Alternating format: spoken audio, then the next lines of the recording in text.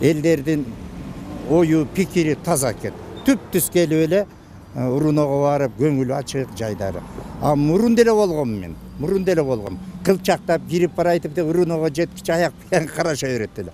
Мында таза эчтекеге ишенбестен түп-түз өзүнүн оюн, пикирин туура багытта иш кылды дейм. Себеби мен аралашып жүрдүм, көрдүм канча адамдарды. Бирөөнүн кысымында көрбөдүм, бирөөнүн командасынан көрбөдүм. Өз билип эркен кылды. Куд ушундай шайлоо болуш керек. Акча берүү дегендер болгон жок, чында ойлоп болду окшойт. Мен оюмча ушундай ойлоп калдым да. Шайлоо мурдагы жылдарга салыштырмалуу абдан жакшы өттү десек жаңылышпайбыз. Ачык болду, айкын болду.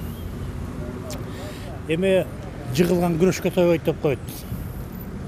Жыгылгандан кийин жыгылганда билиш керек, жыкканда билиш керек. Таза туп мен ишенич менен айта аламын. Мындай болгон эмес. Андан көрө кийинки даярдаш керек. Элди жаштарды көтөргөндүн кереги жок. Ушул. Мындан кийин дагы шайлоо жылдамдыгы ушундай болсо, барып жаштар үчүн чоң келечек түзүлөт деп ойлойм. Шайлоо күнчө өттү. Жакшы өтө эч кандай урушсан жокго, баарыбыз салып, калган ишибизди салып коюп келдик. Жакшы өттү. Акыйкат өттү, жакшы. Баягындай сатып алмай жок, пул таратмай жок. Ак өттү шайлоо. Эми элди үмүтү ушу шайлоочуларда да. Маселен шайлоочуларды сайлегенден кийин алар берген аткарган немелерин бажарыш керек да аларчы. Берген вадаларын бажарып бардыгы.